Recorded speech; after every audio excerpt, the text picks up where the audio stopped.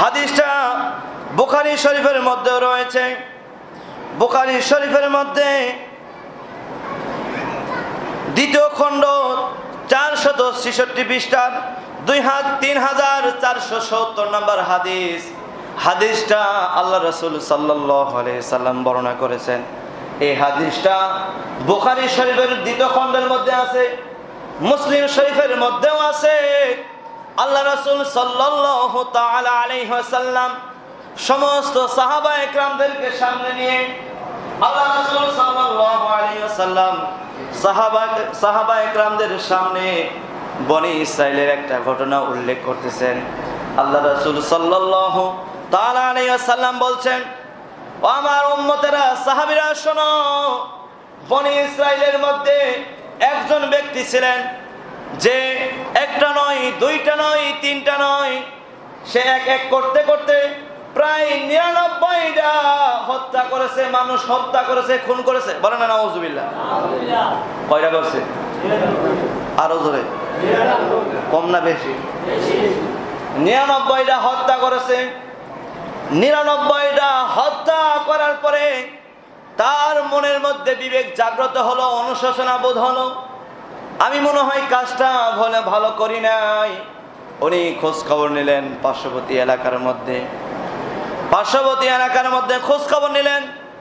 এই এলাকার মধ্যে এমন কোন বুজুর্গ ব্যক্তি আছে যার কাছে গেলে আমি এই যে 99টা হত্যা করেছি, অন্যায় করেছি, আমি ওনার কাছে গেলে উনি যেন আমাকে একটা সঠিক রাস্তা দেখাইতে পারে, অর্থাৎ তওবা করে যেন পুনরায় ভালো রাস্তায় ফিরে আসতে পারি, এমন একটা রাস্তা কেউ দেখাইতে পারবে কিনা দেখান। লোকজনদেরকে জিজ্ঞাসা করলেন। লোকজনকে যখন জিজ্ঞাসা করার পরে ওই এলাকার একজন ব্যক্তি বললেন যে হ্যাঁ আছে, এমন একজন ব্যক্তি আছে, ওই লোকটার কাছে গেলে হয়তোবা ওই লোকটা আপনাকে সমাধানের রাস্তা দেখাই দিতে পারবে। সুবহানাল্লাহ বলেন।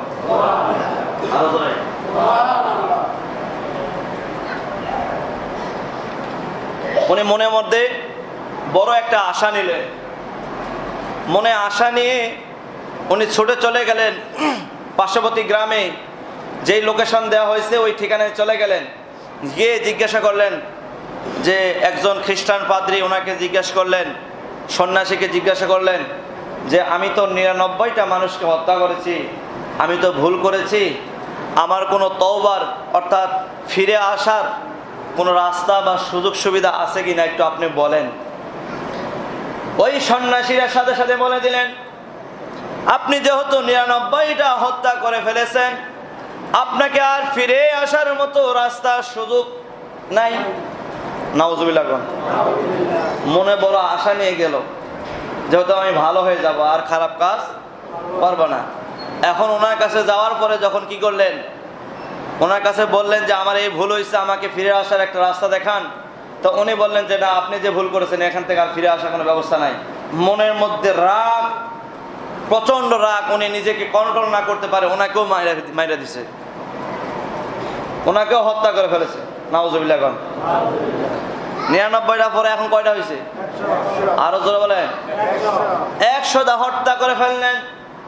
100টা হত্যা করার পরে উনি আবারও খবর নিলেন আশেপাশে কোথাও বুজুর্গ ব্যক্তি আছে কিনা, কোথাও আল্লাহর ওলি আছে কিনা, যেখানে গেলে আমি এই ভুলটা শোধরাইয়া ভালো রাস্তায় আসতে পারবো।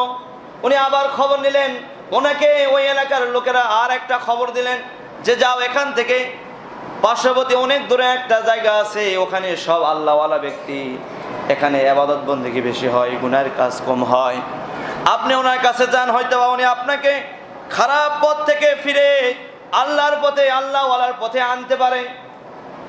উনি নিরাশ হয় নাই, হতাশা না হয়ে মনে আবারও আশা নিয়ে, বুক ভরা আশা নিয়ে উনি রওনা দিলেন। পরের দিন সকালবেলা, পরের দিন ভাবলেন যে আমি ওনার কাছে যাব, ওই আল্লাহওয়ালার কাছে গিয়ে হয়তোবা আমি তওবা করে আমি পুনরায় ভালো রাস্তায় ফিরে আসবো।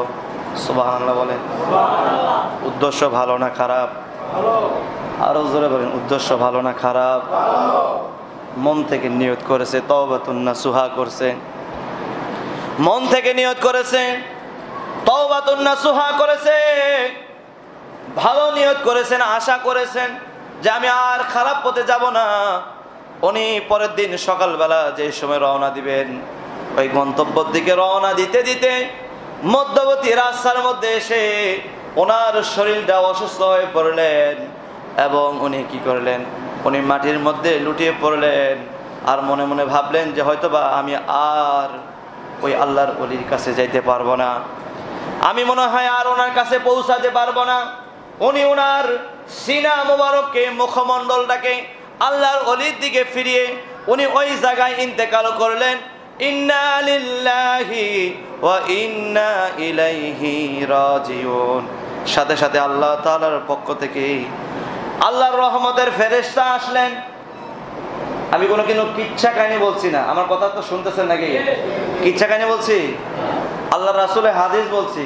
এটা বঙ্গানুবাদ যদি আমি হাদিসটা একটা পর একটা বলি, যে সময় আছে এই সময় কভার হবে না, সময় উবাদ হয়ে যাবে। এই জন্য আমি শুধুমাত্র অর্থটা বলছি, এটা কোনো কিচ্ছা বা গল্পগুজব নয়। এটা হলো বুখারী শরীফের 2য় খণ্ড 466 পৃষ্ঠার 3470 নম্বর হাদিস। এই হাদিসটা বুখারী শরীফের মধ্যে আছে এবং মুসলিম শরীফের মধ্যে আছে। বলেন না সুবহানাল্লাহ, আর জোরে বলেন মারহাবা।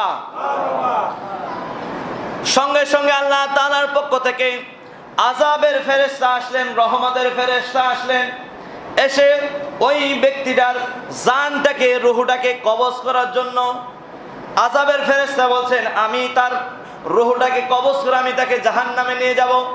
রহমতের ফেরেশতা বলছেন না না না, আপনি তাকে জাহান্নামে নিয়ে যেতে পারেন না, কারণ সে তওবা করেছে, সে ভালো পথে আসবে। আমি তার জানটাকে, রূহটাকে কবজ করে তাকে জান্নাতে নিয়ে যাব। বলেন আল্লাহু আকবার। দুইজনের মধ্যে তর্ক বিতর্ক হচ্ছে। আল্লাহ তাআলার পক্ষ থেকে আর একটা ফয়সালাকারী আল্লাহ তাআলার পক্ষ থেকে রহমতের ফেরেশতা আসলেন, এসে ওনাদেরকে জিজ্ঞাসা করলেন তোমরা এখানে কন্দল করছো কেন, তোমরা এখানে তর্ক বিতর্ক কি বিষয় হচ্ছে, আমাকে একটু খুলে বলো। উভয় ঘটনা বলার পরে বললেন আমি তোমাদেরকে উত্তম ফয়সালা দিচ্ছি, তোমরা একটা কাজ করো, তোমরা উভয়ে দুই দিক থেকে রাস্তাটাকে মাপতে আরম্ভ করো। উনি যেখান থেকে রওনা দিয়েছে ওখান থেকে শুরু করে উনি যেই জায়গায় মৃত্যুবরণ করেছেন এই জায়গা, আর যেই জায়গায় উনি রওনা দিবেন ওই গন্তব্যস্থান আল্লাহর ওলির দরবার থেকে যেই জায়গা পর্যন্ত উনি যেই জায়গায় ইন্তেকাল করেছেন, দুই দিকে তোমরা কি করো, মাপতে শুরু করে দাও। দেখা গেল দুইজনে মাপা শুরু করে দিল। মাপতে মাপতে উভয়ের রাস্তা প্রায় সেম টু সেম, সমান হয়ে গেল। আল্লাহ তাআলা রহমতের ফেরেশতাদের মাধ্যমে জমিনকে নির্দেশ দিলেন, ও জমিন তুমি এদিকে রাস্তাটা সংকুচিত হয়ে যাও, অর্থাৎ আল্লাহর ওলির দিকের রাস্তা তুমি সংকুচিত হয়ে যাও, আর উনি যে দিক থেকে রওনা হয়েছে ওই রাস্তাটা তুমি 1 বিঘ পরিমাণ বাড়িয়ে দাও। সুবহানাল্লাহ। মনে নিয়ত করছেন, বরকত দিয়েছেন কে? আল্লাহ। নিয়ত করছে, বরকত দিয়েছেন কে? আল্লাহ। যেই জায়গায় এসে মৃত্যুবরণ করছে দুই জায়গায় সমান, ওদিক থেকে মেপেও দেখে যতটুকু জায়গা, এদিক থেকে মেপেও দেখো একই জায়গা। এখন তো কোনো ফয়সালা হয় না। আল্লাহ তাআলা বললেন যে এই দিকের রাস্তাটা একটু সংকুচিত কমাই দাও, আর যে দিক থেকে রওনা দিছে ওই রাস্তাটা তোমরা 1 বিঘ পরিমাণ বাড়িয়ে দাও। সুবহানাল্লাহ বলেন। এরপরে কি হলো? এরপরে আল্লাহ তাআলার ফয়সালা হয়ে গেল, ওই মৃত ব্যক্তিটাকে জাহান্নামী থেকে জান্নাতি বানায় দিল। বলেন না সুবহানাল্লাহ। মনে যদি তওবা করেন, খালেস নিয়ত করেন যে আমি আর গুনাহ করব না, আজ থেকে তওবা করছি, আগামী দিন থেকে নয়, আজকে আসরের নামাজ থেকে শুরু করে 5 ওয়াক্ত নামাজ জামাতের সহিত আদায় করব, রমজানের রোজাগুলো আদায় করব, হজ ফরজ হয়ে গেলে হজ করব, যাকাত ফরজ হলে যাকাত দিব, অন্যায় ভাবে অন্যের আত্মসাৎ করব, সম্পদ আত্মসাৎ করব না, এতিমের সম্পদ আত্মসাৎ করব না, জেনা করব না, ব্যভিচারী করব না, সুদ খাবো না, ঘুষ খাবো না, অর্থাৎ যেগুলো আপনার বিবেককে জিজ্ঞাসা করেন যেগুলো অন্যায়, এই কাজগুলো থেকে ফিরে আসবেন। এই নিয়ত করার সাথে সাথে আপনি যদি একবার নিয়ত করেন আপনাকে আসরের নামাজের আগে যদি মৃত্যু হয়ে যায়, আল্লাহ রব্বুল আলামিন আপনাকে পূর্ণাঙ্গ মুমিন হিসেবে আল্লাহ তাআলা আপনাকে, আমাকে, সবাইকে জান্নাতি ঘোষণা করে। বলেন না সুবহানাল্লাহ। আরো জোরে বলেন না আল্লাহ তাআলার পাওয়ার, ওই ক্ষমতা, ওই এবিলিটি আছে না নাই? আরো জোরে না আছে না নাই? আল্লাহ চাইলে আমাদের সবাইকে ক্ষমা করতে পারেন কি পারেন না? এখন আমাদেরকে বিষয় হলো অন্তর থেকে তাওবাতুন নাসুহা করতে হবে। সময় যেহেতু মোটামুটি হয়ে গেছে, আমি আর লম্বা করব না।